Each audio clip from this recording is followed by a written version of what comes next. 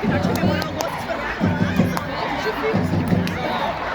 A gente tava voltinha aqui no estádio, mas acho que ele vai dar. A gente